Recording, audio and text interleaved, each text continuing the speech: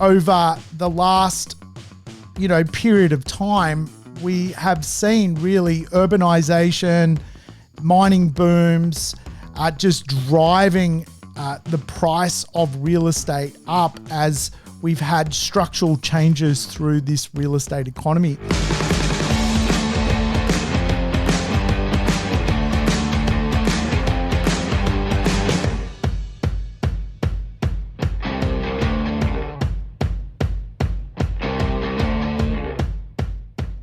Welcome to the Urban Property Investor. I'm your host, Sam Saggers, here to help you crack the code of real estate wealth.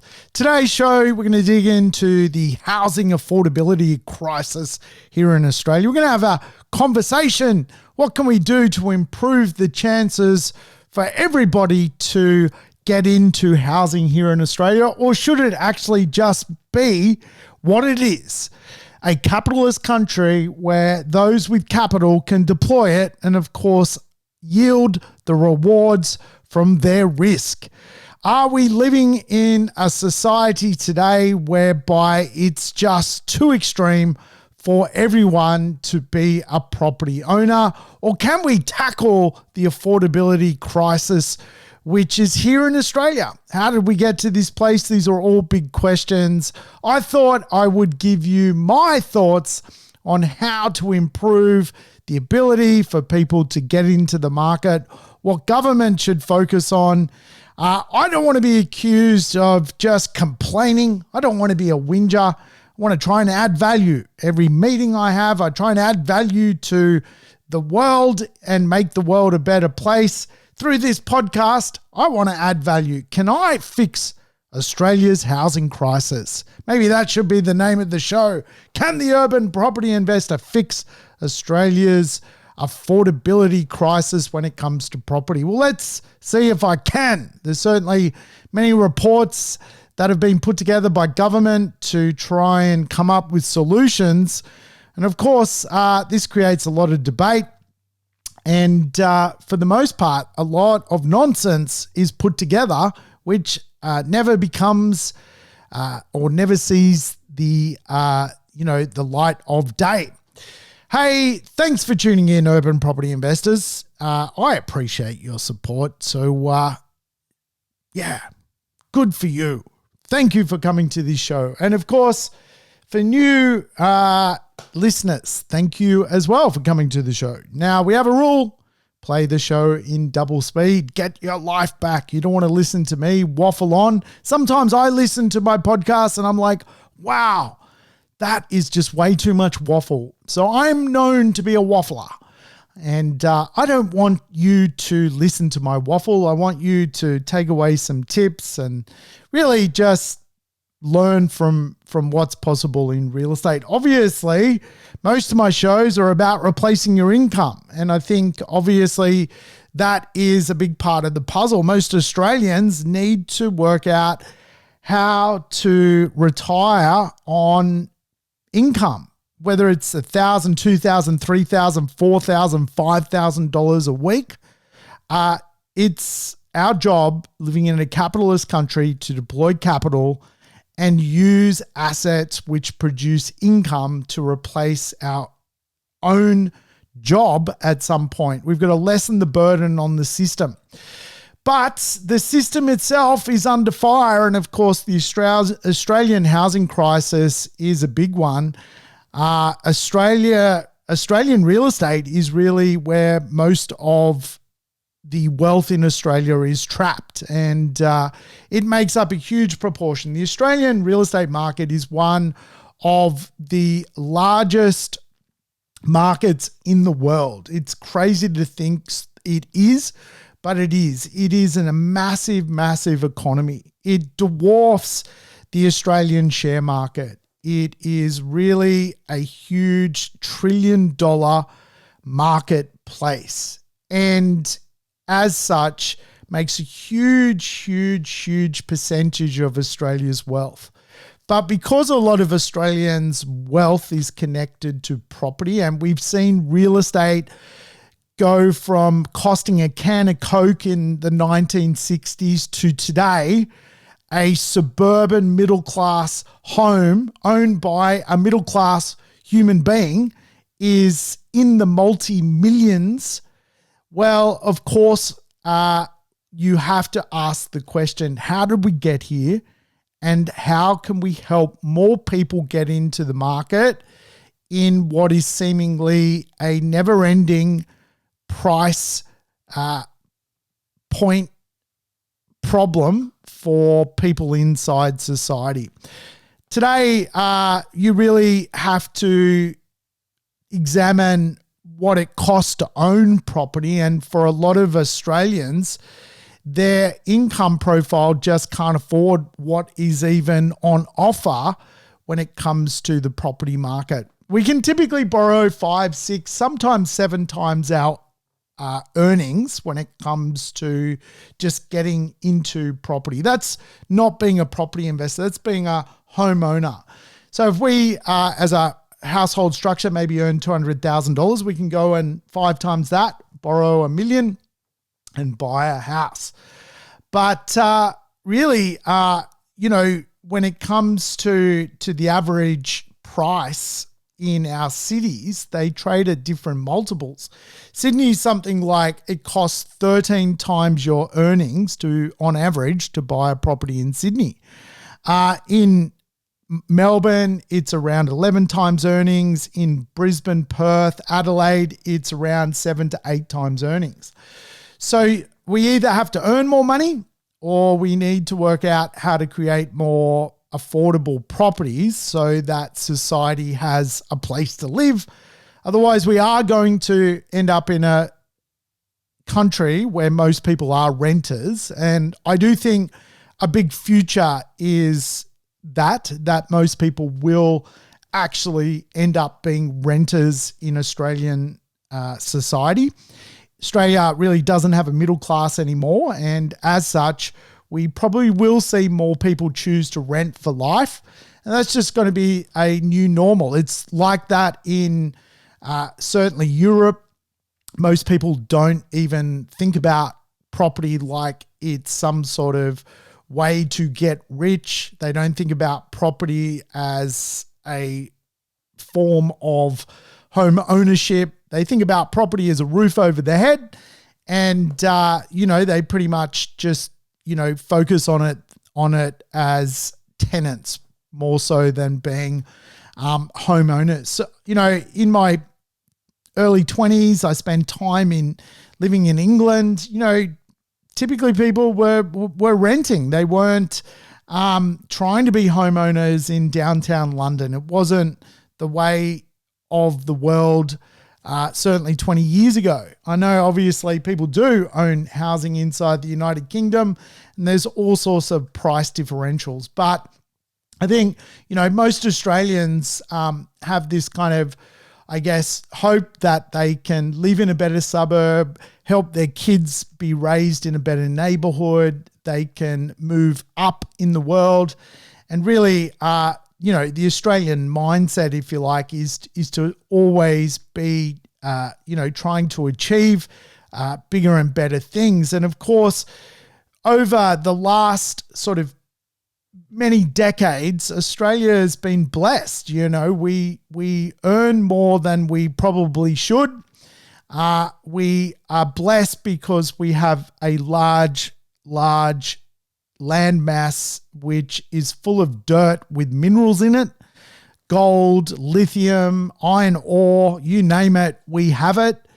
And of course, China, which is our largest trading partner, has gone through years and years and years of fast tracking basically its cities to become, modern, full of infrastructure, and really, going from in the 1960s, whereby people living inside of China, were, pretty simple rural, human beings, to today urbanizing that whole country. The steel to changed that urban landscape has all come from iron ore in Australia and coke and coal in Australia. So we have been blessed to build our wealth off really a second world country coming and emerging into the modern world. And really Australia's focus, if you like, has been to sell gas, iron ore, coal. And of course, Australia has built a bit of a Ponzi scheme when it comes to the idea that new migrants increase the ability to create taxes, new migrants, if you like, increase economic output. If you increase the size of your population, you can avoid technical recessions. And here in Australia, really, we have a services economy whereby the business model is bring more migrants here and sell them something, sell them the dream. And they soon arrive and soon realize that Australia is an expensive country. The cost of living pressures are high, and what you can earn is strong, but also equally, if you are going to win at the game of life here in Australia, if you are going to live in a capitalist country like Australia, you've got to play the game of capitalism. And in some respects, I think migrants are some of the best investors in real estate. They get it. They know that, typically coming from a country perhaps which is less fortunate than Australia, they know when they come here, they're blessed and they should do something beyond just earning money from their wage. But really, that's the I guess economics of Australia. And it's amazing to understand that little section of economics has led to property values in simple middle-class societies now worth millions of dollars. And if you think about it, over the last, period of time, we have seen really urbanization, mining booms, just driving the price of real estate up as we've had structural changes through this real estate economy.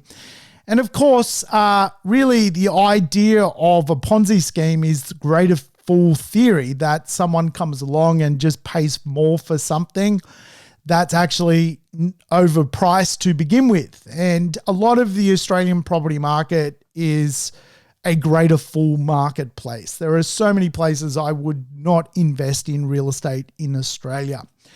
And really, the greater fool theory, if you like, also is linked to Australian monetary policy around property.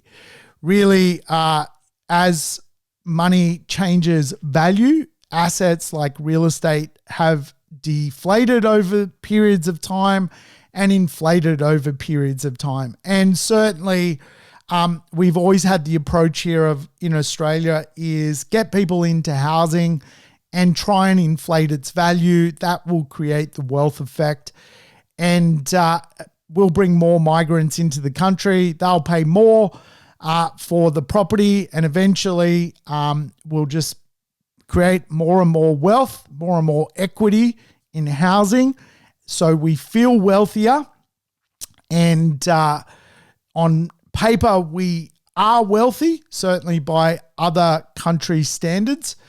But for a lot of Australians now, they own assets but don't feel wealthy, or they are sidelined from ever getting into Australian property because they can't save their way to arrange enough capital to get into the Australian property market. And of course, a lot of Australia is now sidelined. There's a concept that is known as the 30-40 rule.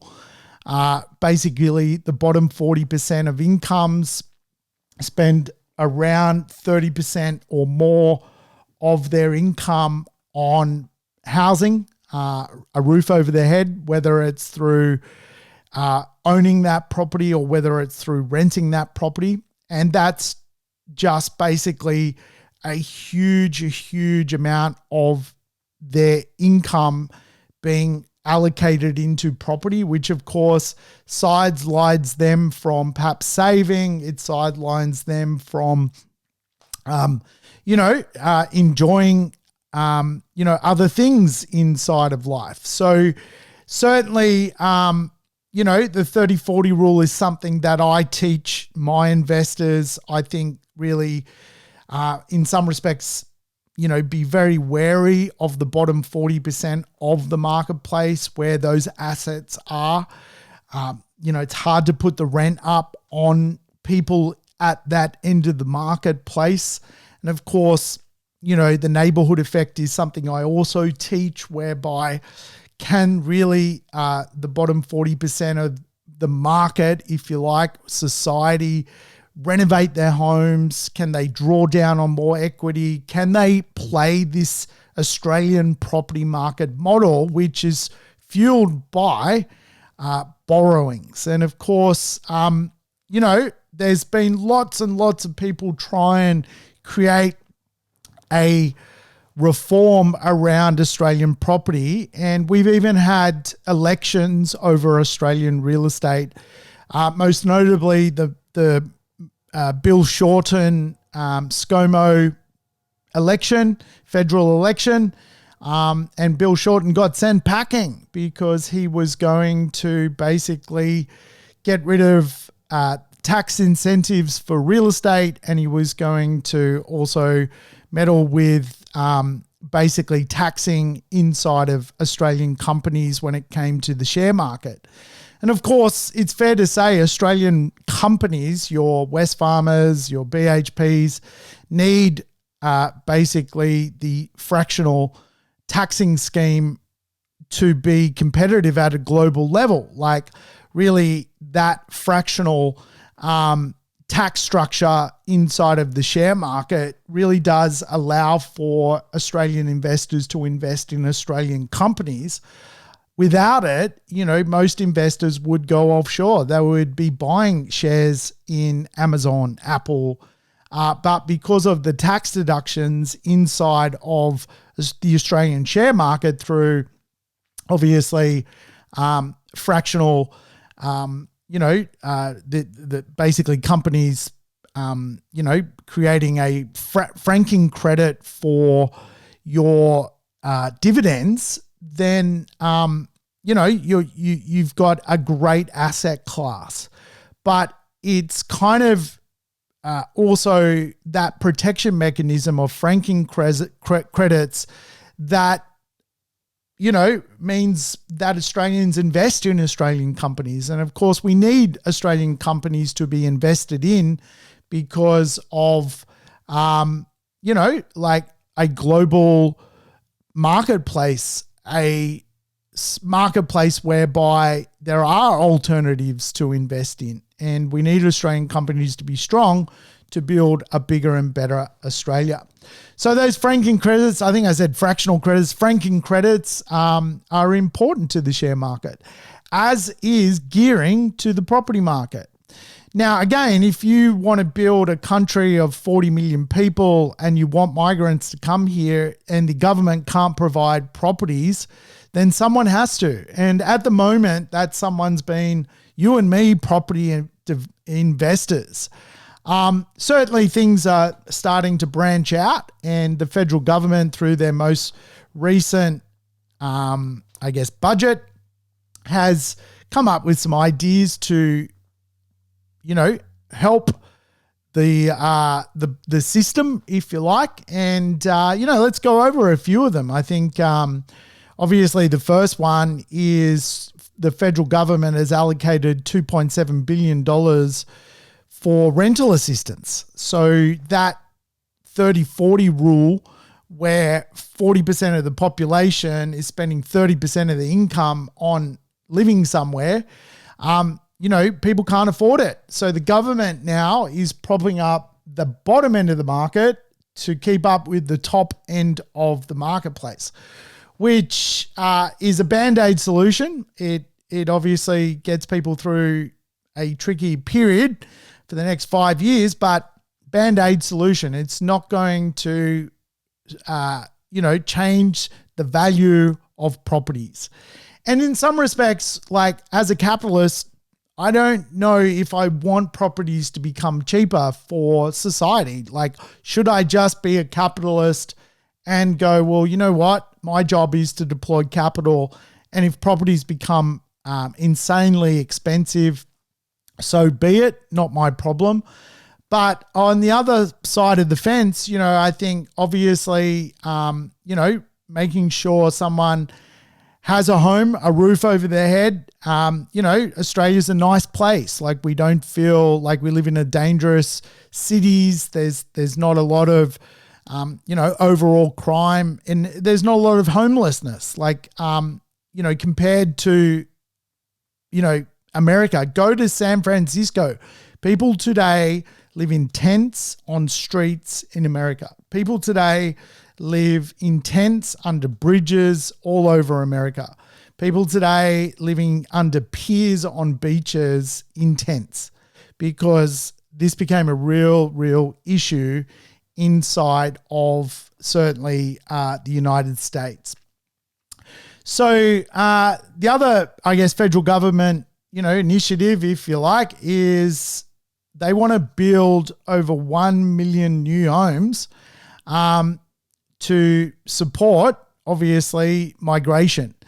Now, again, there's not that much evidence that they can go out and build 1 million more homes. I don't know how they're going to do it. This one really does feel like a bit of political, mastery, if you like. It sounds good, but, Australia for the last 20 years has produced the same amount of properties it produced year on year 20 years ago. Things have not improved. We have not learnt as a nation to accelerate property supply. We have not worked out how to do it. And though politically it's a nice statement to say we would love to build another 1 million more dwellings, in theory, that 1 million more dwellings is just the normal amount being supplied to the marketplace over, the period that was suggested to happen. There is no way to add another 1 million surplus. There's just not enough builders around to supply it, right? We just don't have the amount of building companies around to produce the homes to actually create a more affordable product, being housing. Anyone who understands the real estate market right now would understand just how many builders have gone into receivership over the last 24 months. Something like 2,000 builders have gone under, trying to supply the Australian residential real estate market. Now, think about that. That's bananas, right? Like, the fact that we now can't actually supply the marketplace because of costs, margins. We find ourselves in a real problem. And in some respects, there's one more boom that could probably arise if monetary policy changes. If rates went down next week, real estate would probably skyrocket in value another 10 or 20%. That's how volatile the capital growth rate will be, because there's just not the amount of stock. If we saw rates drop by 1%, geez, it would be game on. And again, this is something that would just stretch most people to never be able to get into the home ownership space, particularly via Rule 30-40. Rule 30-40, 40% of society they're already spending too much on housing. How are they going to keep up if there's more capital growth? That's kind of the argument. I guess there has been some other, ways to increase the level of perhaps supply into the Australian property market other than the pledge to build 1 million homes. And that is basically to reduce from 30 to 15% the withholding tax for funds. So property funds, REITs, to go out and provide build to rent. So they can, they're playing with the tax system to help the big end of town basically supply rental dwellings to the 30-40 section of the market. Basically go and build homes for people who can't afford to keep up with the cost of living. And, the other, I guess, milestone in the build to rent space, if you like, is the depreciation allowance has gone up from 2.5 to 4%. So that means you can write off a building much faster and at a higher rate. And of course, this is to prop up, again, the build to rent world. And if you're not familiar with build to rent, obviously just break it down into a couple of quadrants. First quadrant is normal supply to the rental market is provided by mum and dad investors, you and me, building a property portfolio. We want to retire on $2,000 a week. When we stop working, we need 2 or 3 properties to do that. We need capital to deploy into the market. We play this game. However, there is a small percentage of property investors that exist. Most people don't want to be property investors. Most people are just happy renting or owning their own home, let alone taking on more risk being a property investor. So the government realizes that the day of mum and dad becoming a homeowner and property investor, and then a multiple property investor, and then a property investor that's in the 1% club, which is people that own multiple properties, is over. Like, most people can't fathom that is even possible, and it takes real investor grit to get there. And hence why, quite often, podcasts, my podcast, like, we try and help people become into that 1% of people in society, of property investors, like, that own a lot of properties. It's very, very difficult. No one achieves it. Not many people achieve it. Like, 1% of property investors achieve it, which is amazing, right? So no one out there in the real world, outside of the property investor industry, which is really small, is providing properties to the rental market. And so the government realizes this, so they now approve properties for build to sell and build to rent. And so the build to sell market is obviously new construction that gets sold to whoever. And the build to rent market is real estate which is kept by basically funds and REITs, real estate investment trusts, to rent, and there's a covenant put on the property for it to be held for like 50 years, and the depreciation rate is increased. So basically it props up the reason why you would hold that investment as a real estate investment trust, and provide dwellings to the real estate rental market, to the 30-40 end of town. Which is I think, it's very popular overseas, and we'll soon see what it looks like here in Australia. It's early days yet, but what it will also do is put less supply into the build to sell market. So, if half of the supply is going to build to rent, half of it's going to build to sell, that means typically the properties which are built for sale, there's less of them. And, if they're any good, they'll probably go up in value because of their character and uniqueness. Other ways to help basically the Australian affordability crisis, according to the federal government, is to increase the national housing finance capability. And what that means is provide better community housing. So more social housing, basically by government. They want to increase the cap that they're spending on basically social housing. So not only do private enterprise create build to rent, then the government creates social housing. So their own investments, basically, which they want to help those in Rule 3040, which again is a real thing happening. And will it make more affordable properties? It may help. It may help. I don't know, but it may help. Obviously, the government is also very, very keen on helping new Australians through first homeowner grants. And, this one's been around forever and a day. And now, of course, Australians can, team up, two borrowers. They don't need to be married. They could be friends, family. They can get together and they can, use some of those eligibility grants inside of first homeowner situation.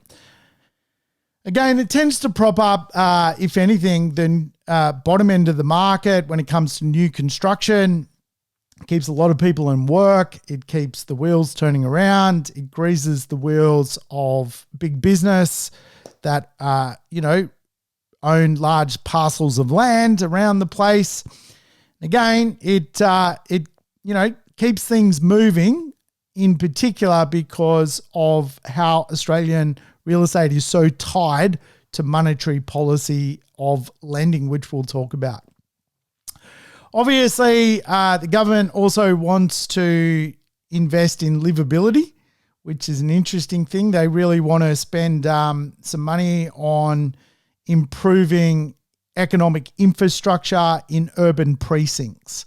So they do realize that jobs need to be decentralized into all sorts of areas around cities. Otherwise, no one can move around. And of course, if people live too far away from their workplace, real estate closer to workplaces becomes more expensive because people don't like ultimately commuting and wasting their life doing nothing. And so really that's where we're at when it comes to reforms. That's it. That's what we got. That's the latest. So will that work? Will it create more affordable properties? Probably not, is the answer. And again, one of the challenges for Australia is we're an island and we don't have access to cheap labor. We don't have access to, migrant workers that are kind of, living in some sort of quasi-proxy slave labor situation. You go to the Emiratis, they've got basically, migrant workers that get paid nothing building these palatial cities. That's the model. If you go to America, you've got a lot of people from South America coming from less fortunate economic backgrounds, crossing the border into America and ultimately providing less expensive labor inside America. America has a low-cost labor system. Here in Australia, it's very difficult to get into Australia. It's a skilled-based country. And so wages are going to be, by world standards, quite high. And of course, this means building properties cheaper is difficult. It just doesn't work like that. If you had a cheap labor source, you could build properties much cheaper and ultimately supply the real estate market at a much, much more, less expensive rate. So generally speaking, when the conversation of Australian housing affordability comes up, you have different, I guess, swim lanes of discussion. You have the housing supply problem. We don't build enough properties. You have the demand side of the equation problem. Australia basically allows too much migration, which diminishes the economic pie for the rest of people who are already in Australia. And when we talk about the economic pie of diminishing marginal returns from migration, what we're talking about is, a million more migrants come here. Where they're going to live, well, that pushes up property prices. It pushes up rents. It pushes up time in the waiting room to see your doctor because now there's more people seeing the same amount of infrastructure or using the same amount of infrastructure. So these are kind of the swim lanes, and there's no right or wrong. These are just the swim lanes. So you get people basically going, well, we should build 1 million more properties or 10 million more properties, and then everyone can have a cheap property.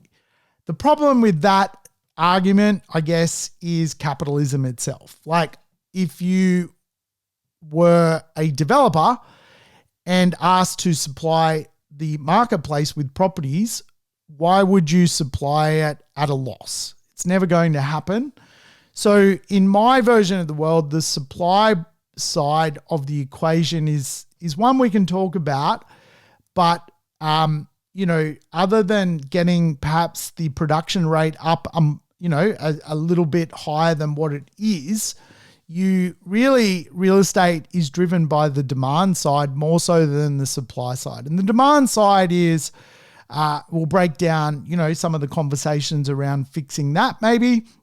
And of course, the final swim lane that tends to be openly spoken about is taxes and property. Like, a lot of people are like, greedy capitalists getting tax advantages for taking out personal guarantees, risking their entire wealth to go and borrow money off a bank to create a roof over a head for someone connected to, the marketplace who are renters for life. Again, it's a little bit of an interesting one, that one, whereby it's popular to bag out tax reforms and paint certainly property investors as greedy capitalist pigs. And maybe I am a greediest capitalist pig, but I certainly feel like that what I do also adds value to the world. Like, I like the fact that I help multiple families have a roof over their head. And I am happily invested in the real estate market knowing that I am getting tax deductions for taking on that risk. And would I choose other assets if that risk was taken away? Potentially I would. And when you meddle with basically taxing capital too much, you do run into a future problem. And again, like, if capital is taxed inefficiently or overtaxed or not incentivized, then investors just find other ways to make money. And again, we've probably seen that with the crypto boom. Investors worked out a loophole in the system and went for it because it was quite efficient. Certainly that side of the world is being cleaned up at the moment, but I think we have to have the conversation. So it's really a 3-part conversation: housing supply, the demand side, and the tax side. It's really the 3 parts of the equation. And I think certainly we should rule out swim lane 3, which is the tax. if you want more affordable rents and you want more affordable properties in Australia, you've got to get rid of the tax conversation. Tax certainty and security is a very important mechanism to the demand side of mum and dad investors buying a property to put a tenant in it. It's a very important equation.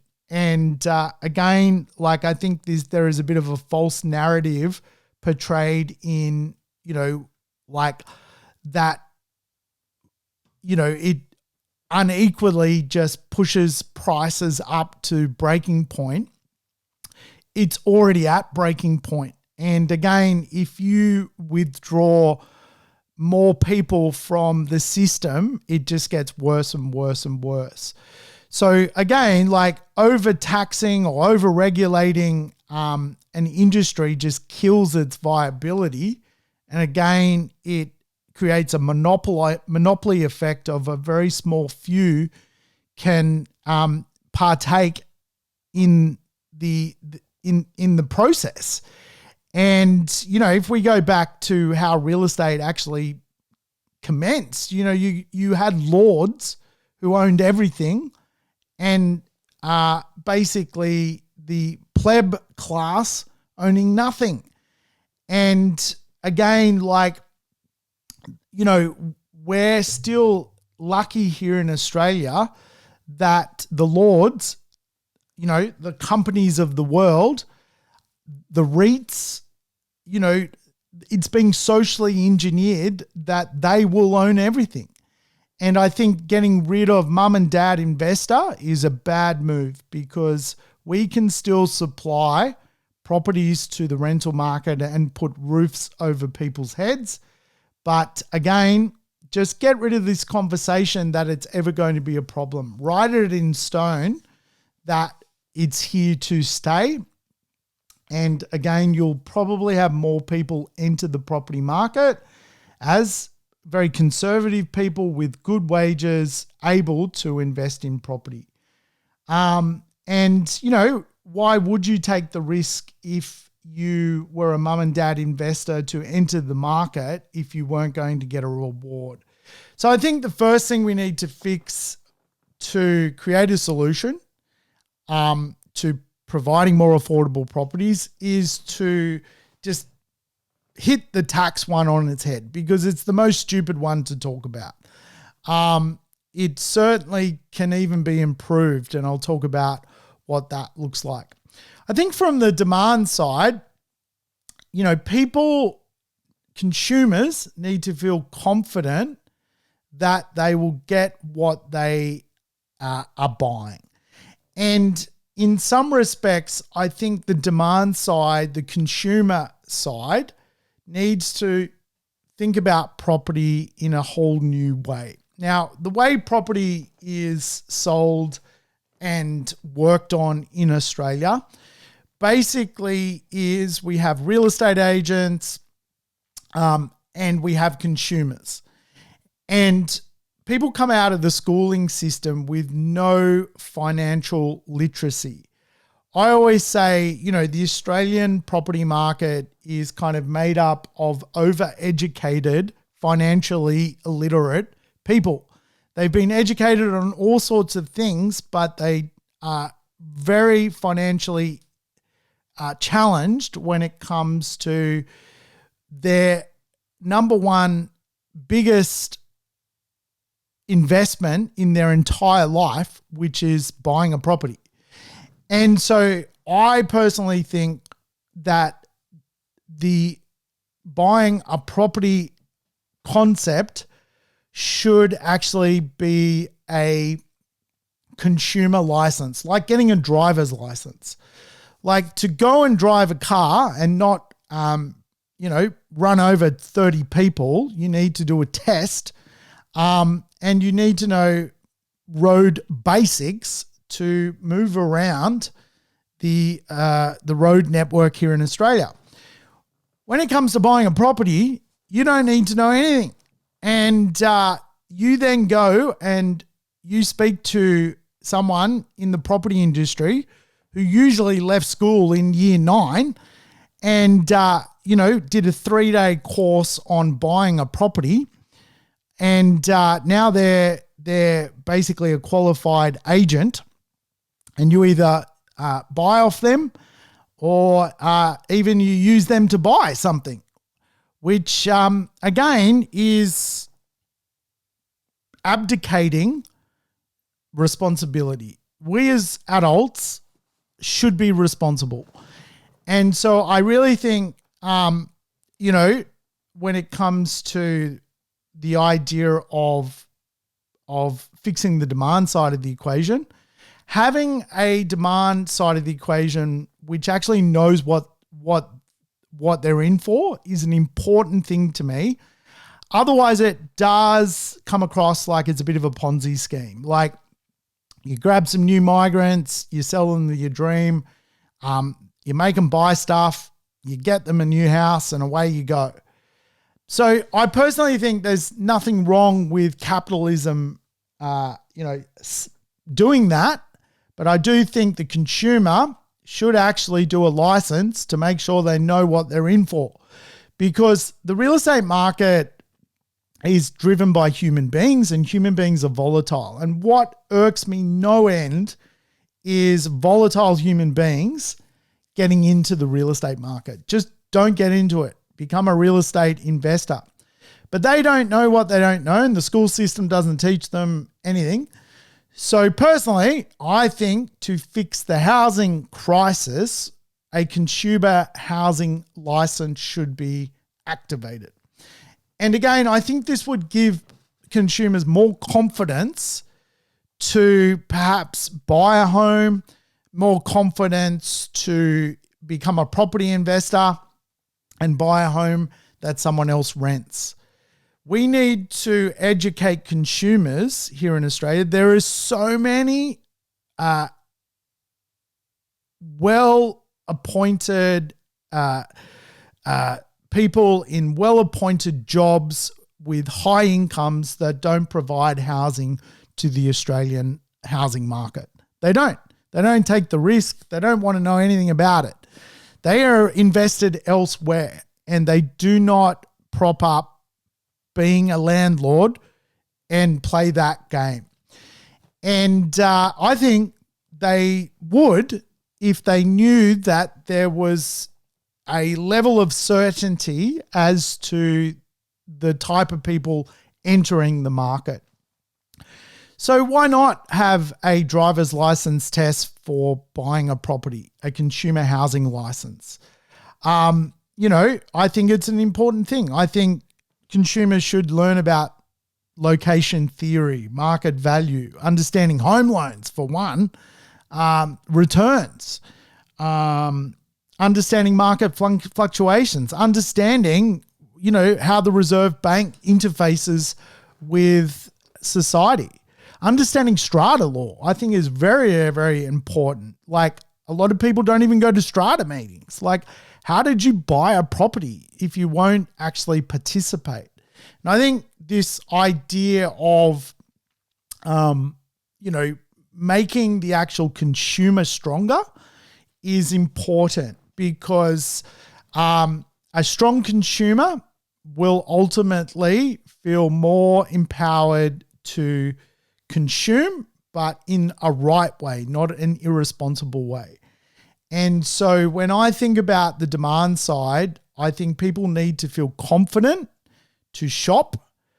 And, it doesn't have to be like a 2-year course. It can be just reading a book, knowing the basics, doing the test, doing it at the local services. Here we have in Sydney Services, New South Wales. You do it there, you pass the test, you're off. You've got your license, if you like, to go to an open home, to go to an auction, to not go beyond your means when it comes to putting yourself in a financially unstable place. Because I think a lot of the rhetoric around real estate is around stability and instability. I think just having stronger consumers would really support the narrative that people know what they're doing. They're adults.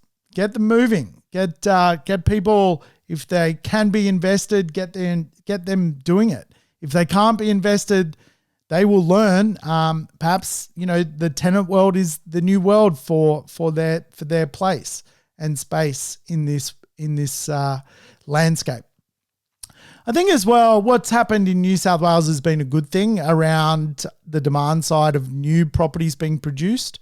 So obviously, when we break down the demand side, there is established properties.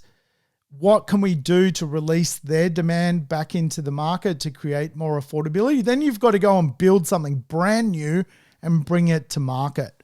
And again, I think why a consumer could have a license is that they start to understand the pros and cons of new supply, existing supply, and home loans. Like let's work out how to teach consumers this. And I think also, from the demand side, people need to feel confident if they are buying a new property that it is what they're signing up for. And here in New South Wales, we went through 2 decades of corruption when it came to construction. Buildings were a disaster. Like, I haven't worked in Sydney's new construction market for maybe 15 years. And the reason being was the building workmanship was just so bad. Like every building was built with defects, basically. And so I think it was like 2 years ago or 1 year ago, maybe, relatively new. No, I think 2 years ago, the New South Wales government did something quite good. They created a housing commissioner, and basically the housing commissioner, if you like, goes around and signs off on every building produced in New South Wales, and basically defects them before they get handed over to then be re-defected by an investor. And I think it's just amazing. Like, it's cleaned up the industry a lot. For the first time in, I think, maybe 2 decades, I'm now starting to re-look in in Sydney in particular for real estate. Like, I steer clear of it. Like, all that Opal Towers stuff, you probably might remember if you look back, because there was just, like, the consumers were not protected.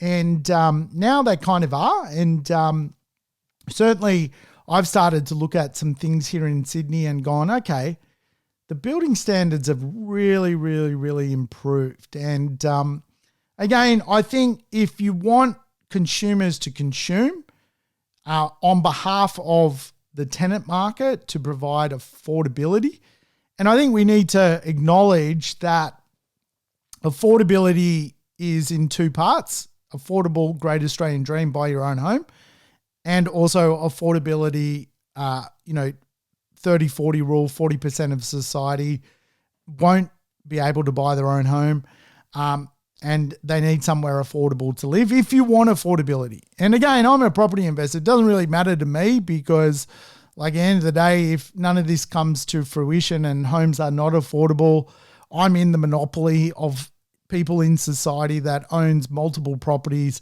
My rents go up and I get wealthier, right? So, it is what it is. But again, if you want to try and solve the problem, I think really we've got to think about the idea of the New South Wales Housing Commissioner being on every deal in Australia. And then you've got this confidence level that you will get what you get. And really the problem was so bad in New South Wales, to be fair to other states and territories, they have been much, better managed. But I think, if you're a consumer, you did a license, you know that there's some proper rules and regs around handover, you're probably going to be more inclined to jump on new supply. You're going to feel more confident about it. And I think that's one of the tricky things around supply is, you've got to build all these properties, but someone ultimately has to buy them. And for a lot of people, they don't feel confident in the new construction space. So, fix that, and you'll fix ultimately, the amount of people who approach new construction. I think from the demand side as well is housing growth in theory over the last 15 years has been fueled by monetary policy. Like properties have gone up because money has costed less. It hasn't been fueled, like capital growth hasn't been fueled by properties being rare and interesting and unique, and so we should buy that property. I think the future is going to be more the latter, that scarce things will become more because money won't be ultimately, very, very deflationary. But certainly I think, in the last 15 years, I guess, is housing growth, like the cost of housing has just inflated in value when money gets cheaper. Like people run like this kind of stampede. So there's always people sort of pent up demand, I guess you would say. Right now, for example, we're going to have a lot of pent up demand. People just sitting on the fence, not buying. There's no smoothness to the cycle. It's either boom or trough, boom or trough. And right now we're in a trough, and the next phase is probably going to be robust growth. When that comes, I don't know, but all that occurs is this pent up issue of people not jumping into the market. And of course, we don't get this oversupply of stock because we need those people to jump into the market to produce more stock.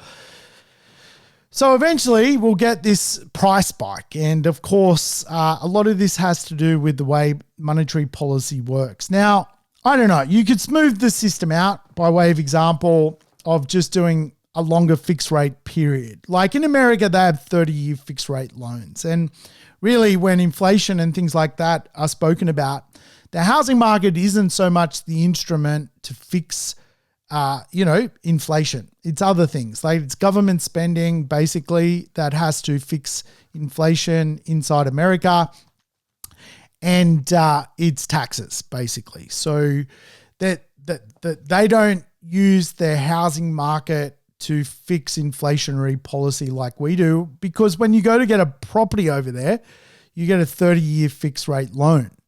You can refinance the property, you can refinance into a new fixed rate, but pretty much the consumer isn't, and obviously the fixed rate changes based on the cost of money, but the consumer isn't, feeling as volatile because they've signed up to something. And, you get this kind of more passive approach to the real estate market. It's not, exploding because rates just went down, so everyone rushes in. It's not like that. It's a bit different. And so I think here in Australia, there could be an argument for just smoothing out the rate cycle so it sort of devalues monetary policy in a way that, like, again, if interest rates went down, if the Reserve Bank, Golden Gopnik, Philip Lowe, basically came out next week and said, hey, putting the rates down 1%, what do you think is going to happen to the real estate market? It's going to go up 20%. And again, what is real estate market going up 20% going to do? It's going to create an affordability problem. And so I just think, if you want to actually address the issue, maybe it's the way money is actually dealt out, which could, be improved, I guess you would say. And again, from a property investor's point of view, some of these things are just like terrible. Like that conversation, for example, of smoothing out monetary policy, it could affect capital growth. But the way it works at the moment, you're going to absolutely get capital growth because what I just said will never happen here in Australia.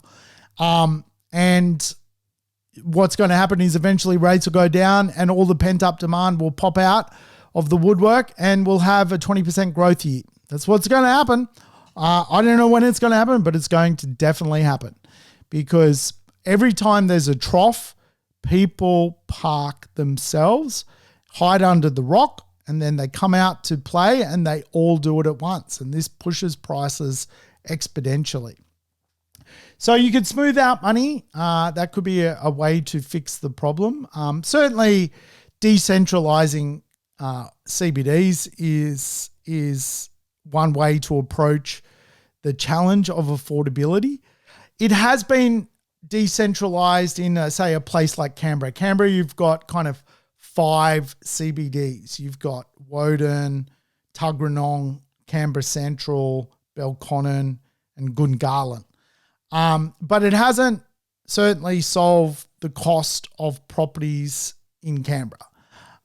So decentralizing CBDs, i.e. having your hospital district, anyone who works in hospital lives in that section, having your airport walkers over in one section, having your city workers in another section. Obviously, the concept is, creating a more affordable kind of zone, if you like. It could work. It may affect how demand thinks about real estate. I don't need to live close to the city. I need to live close to another central business workplace, but it's connected to hospitals, or in Canberra it exists, and I haven't seen that solve the riddle of affordability. I mean, Canberra's so expensive. Like every house in Canberra is basically $1 million. Lower middle class housing is $1 million in Canberra. So, hey, I think from a zoning point of view, like we could think about zoning places which are already full of supply. Like it's wasted space. Now, there's always this conversation in Australia around yes in my backyard people and no in my backyard people, NIMBYs and the YIMBYs. If you ever want to see a good example of YIMBYs and NIMBYs, there's a classic place to see it. And that is you stand in Bulimba on the river in Brisbane. And Bulimba is basically, the highest story there is like 2 or 3 stories. NIMBYs, they never build above the tree line in their neighborhood. Very low rise, very protected. You look across the river and you will see over in basically Tenerife, in Newstead, you will see YIMBYs, yes, in my backyard. And there's no right or wrong. It's just the YIMBYs prefer all the shops, all the cool like bars, gyms, all that kind of stuff. They like density done well. And the NIMBYs don't like any density. And in some respects, rich people like being rich, and so they don't like supply coming to their neighborhood. That's how it works. They have meetings about not supplying their neighborhood. Some YIMBY neighborhoods are very, very good. Like you make a lot of money in some YIMBY neighborhoods. You can make a lot of money in some NIMBY neighborhoods. But again, there are some real wasted neighborhoods that I think just should be teared down and started again, and with height limits to the moon. I think we need to recognize that Australia has a nice landscape, and certainly the NIMBY places, like just leave them the way they are. Move on from the conversation. You're never going to put a skyscraper in downtown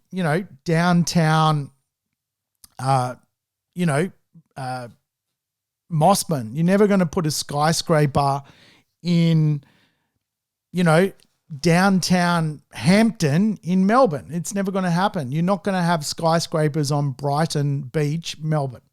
Never going to happen. So let's just all move on. Dumb conversation. Why do we talk about it? I don't know, but let's all move on.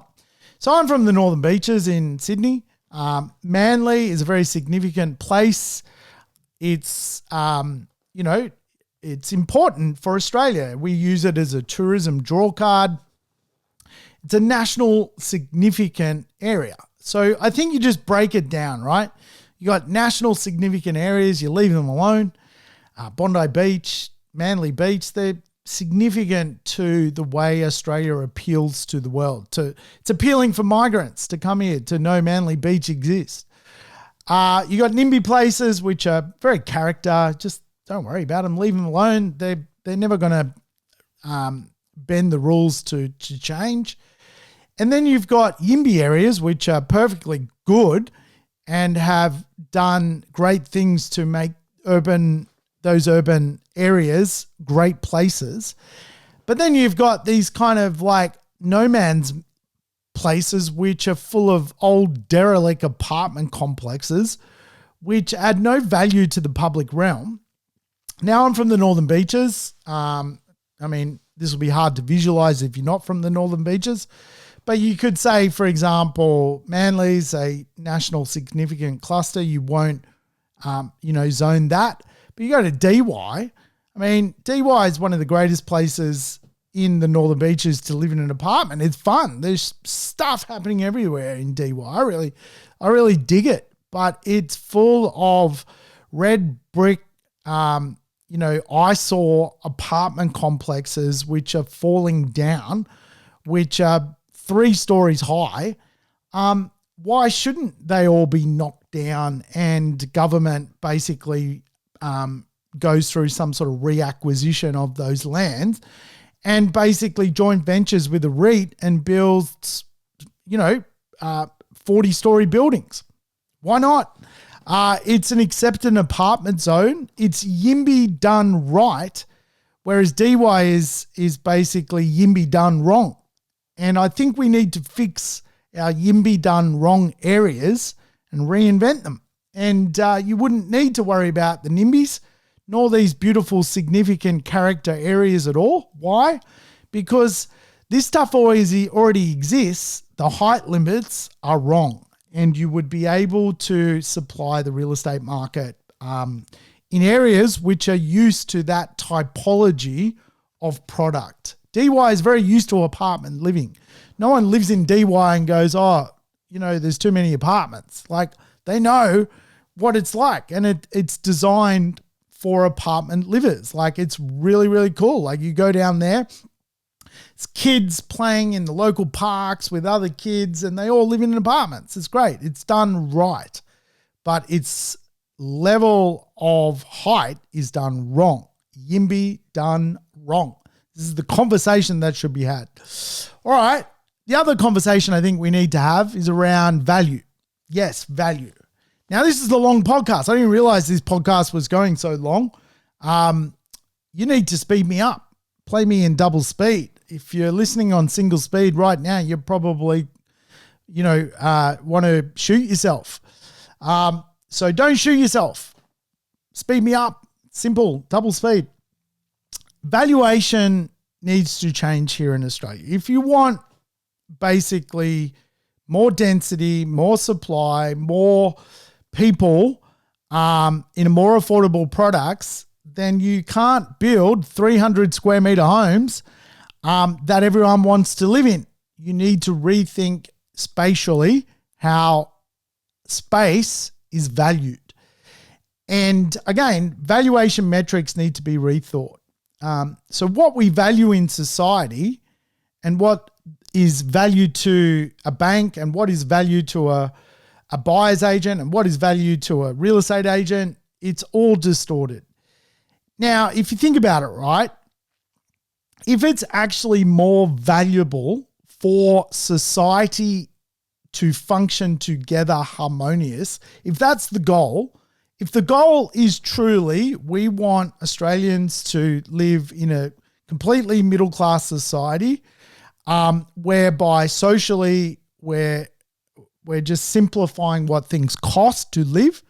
If that's the goal, then value needs to change. It's as simple as that. So if it's more valuable, for example, for society to have people live in a 4-bedroom home on 100 square meters of land, if that's more value to society than it is for society for people to live on 500 square meters of land in a 4-bedroom house, then we need to make that more appetizing and actually stand behind it.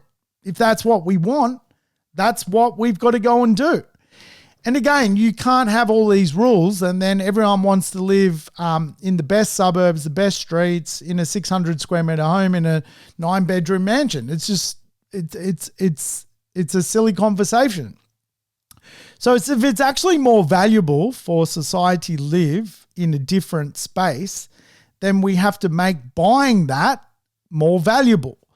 That can be no stamp duty for the 100 square meter home. That can be monetary policy that makes the 100 square meter home better value than the 600 square meter home.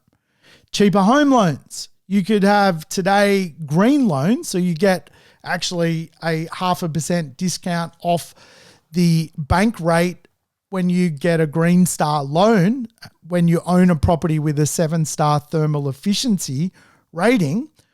Why not have a space loan, a space efficiency rating loan? Yes, that could be a thing.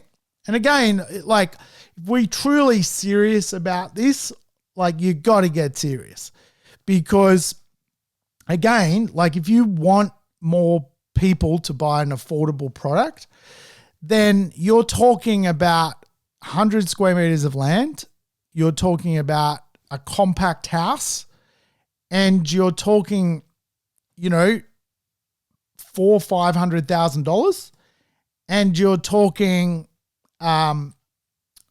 basically rewarding the consumer who's got the license to go and buy that product. How are you going to reward them?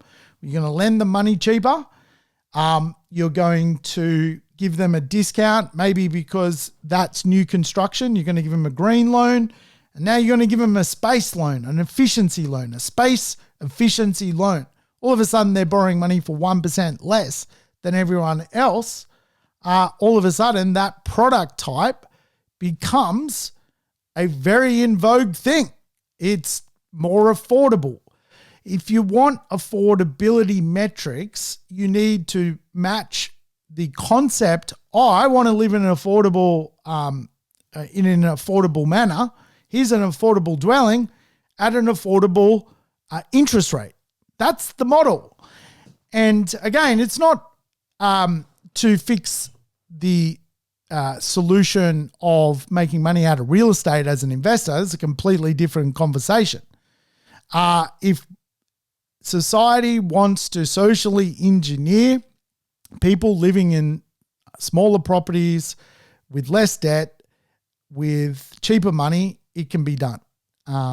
You just can't reward buying a 500 square meter block of land. You just can't. In theory, what is better for society? That's the conversation. Maybe it's like, you're buying in a NIMBY area. Your interest rate is X. You're buying in a YIMBY area. Your interest rate is Y. All of a sudden, you're socially engineering the outcome you're looking for. And of course, I think when it comes to creating affordability, obviously there's a lot of established properties that sit around. And if there's way more established properties than there are new properties that are produced. And so a lot of established properties, again, need to be bulldozed and redone. And I think as well, you've got a huge amount of landlords that, for example, would migrate their money to another marketplace if they could get a waiver on capital gains tax.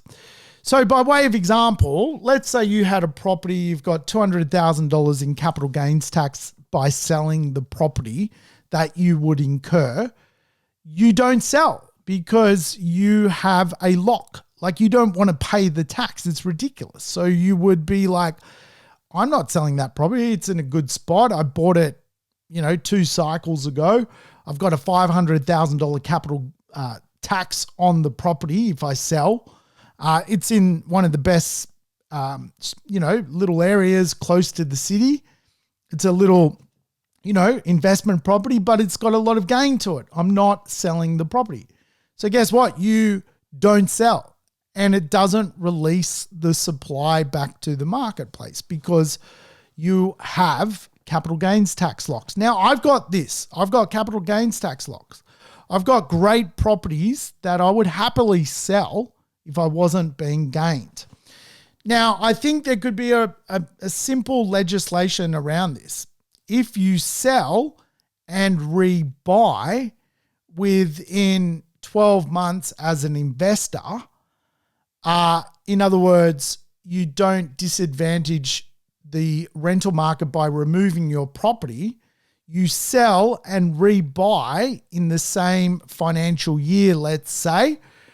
You migrate your money. So let's say I've got a property in downtown Sydney, love to sell it. You know how many people would want to live in downtown Sydney? 6 k's from the city? Mate, most people, happy to sell it, happy to put it back on the market. Equally, I'm happy to go and buy another rental property somewhere else. Happy to do it, just don't charge me capital gains tax. And I will provide another rental property, and I will provide someone a home to go and live in. So there it is. No capital gains tax if you redistribute the money 2 for 1. You're going to get 2 for 1. So I'm no genius, but I think that in itself would be one of the best ways to free up supply of existing properties in infrastructure-rich areas. Now, not everyone would do it because a lot of people like owning their properties in infrastructure-rich areas. But some people like me who play the game of real estate where we like to move our money around, maybe have better opportunities whereby if it was tax effective, we would go and chase those better opportunities. I'll say it right now. Don't charge me the capital gain on the property I have 6 k's from Sydney CBD. I will use that money and go and buy another property and put a renter in it, and I'll free up that property for a first homeowner or whoever it is to go and live in. Affordability. I've just created affordability. Eventually, the government will get its capital gains tax on the next property, or I, again, shuffle the board and provide an established property back to the property market. I'm just giving solutions. Maybe someone who has higher authority than I is listening to this and will do good. And I think when it comes to the final thing I would suggest is, again, density done right is awesome when it's done well. Here in Australia, obviously we have a fascination of wanting to live the great Australian dream in a nice house with a white picket fence. I get it, but the reality and the cost are 2 different things. Australians need to learn to live in apartments. And of course, if you've ever been through Southeast Asia, Southeast Asian or Asian countries, if you like, have long since learned how to live in apartments. They do it very, very well. Australians, not so well. Like, we don't know how to do it. And, whether it's a nice family-friendly apartment or a luxury apartment, or we just don't know how to do it at scale. And so this is why with apartments, it's quite often very selective what you buy as an investor because, it's got to be in the right street, right suburb, right floor plan, all that kind of thing to tick a lot of boxes. And so personally, I know how to seek out a really good apartment, know how to do it. I've been in real estate 30 years. I know how to do it. Most people don't know how to do it. And again, probably goes back to the consumer license conversation. This is what, ticks the boxes. But also equally, I think government has a role to play with people living in apartments.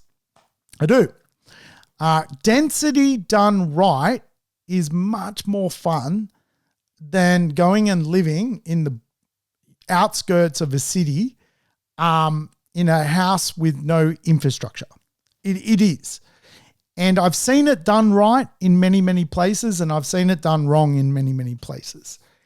And again, obviously when a new property is produced, the developer pays a contribution to the local council for the local council to basically connect public amenities to the new property produced. It can be called a Section 94. Now, I personally think that money should be better managed and not just disappear into a black hole. So let's say you've got 20 people who are buying density done well, a new property, a new apartment to live in. They want to be a family. They want to live in the apartment. In the contribution through what they're purchasing, the developer, just using loose maths, is paying $100,000 to the local council per apartment per 20 people. So that's, what's that? $2 million. So $2 million is going to local council to connect the power from the street and connect the sewer. Probably doesn't cost $2 million to do that. So there's extra money. Where does it go? And I'm a big believer that people love living in apartments if there's good extra free space. In fact, when I put together real estate deals for people, I'm always looking, particularly with apartments, for the asset to free space ratio. People don't mind living in an apartment if down the street or across the road, there's a beautiful park that they can go and kick the footy and, go and walk the dog. They don't.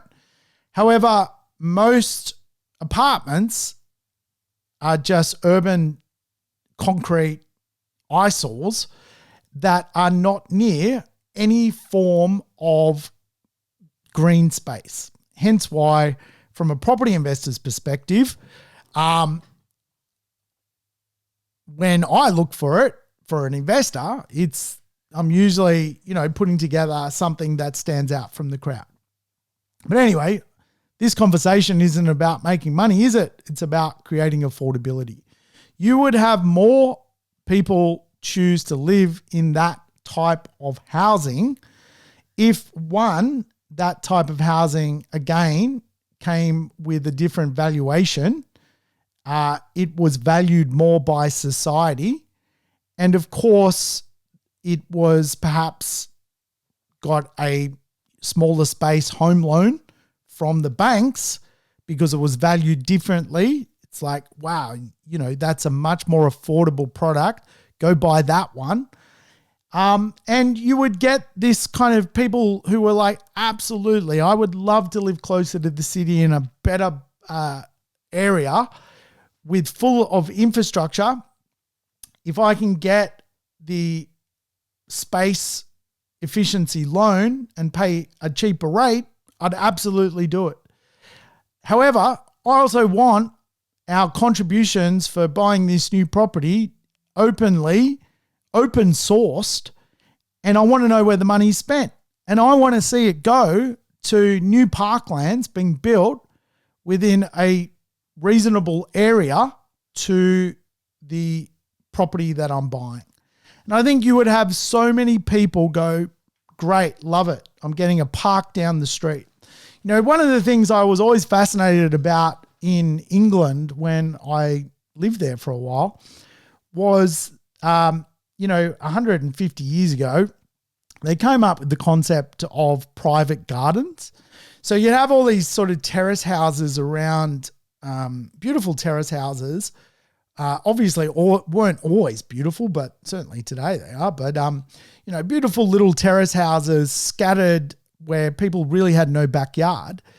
And to compensate for the fact that there was no backyard, the terrace houses were all connected to a private garden, which is under lock and key. It's basically for residents of the terrace homes. And, it can be a 10-minute walk to the private garden.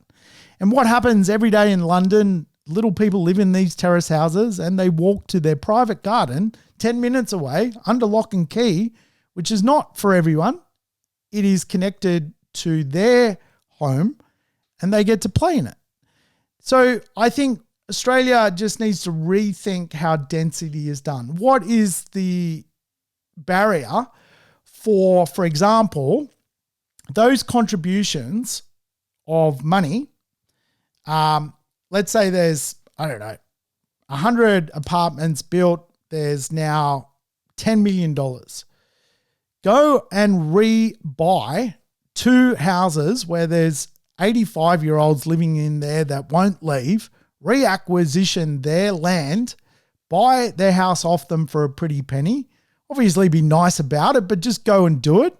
Turn it into a beautiful little pocket park, which is then connected to, perhaps 5 or 6, dense, medium density apartment dwellings.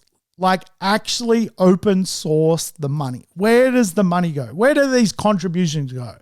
We want to see the money spent, and we want it actually spent on advancing the public realm. I do believe there's a way to solve the affordability problem here in Australia, and I don't think it's with the current way it is being handled. I've given you my thoughts on how to solve it. If you want to use a government, by all means, you won't use it. So properties are just going to be worth more. So if you're a property investor, what I talked about, would certainly take a new pathway for property investment. And this is why I think it's very important that real estate is not a product of monetary policy. Real estate is about scarcity. So the more interesting, the more high caliber, the more better location your assets are. I think that's what real estate should be about. And I think in a marketplace where money is much higher, that's what it will be about. The next 10 years of real estate is about holding the golden egg of real estate, the best piece of real estate for your budget. All right, folks, that could be officially the longest podcast I've ever done. I think we've broken a new record. I didn't realize I would be talking for so long, but hey, take care. I'll catch you on the next one.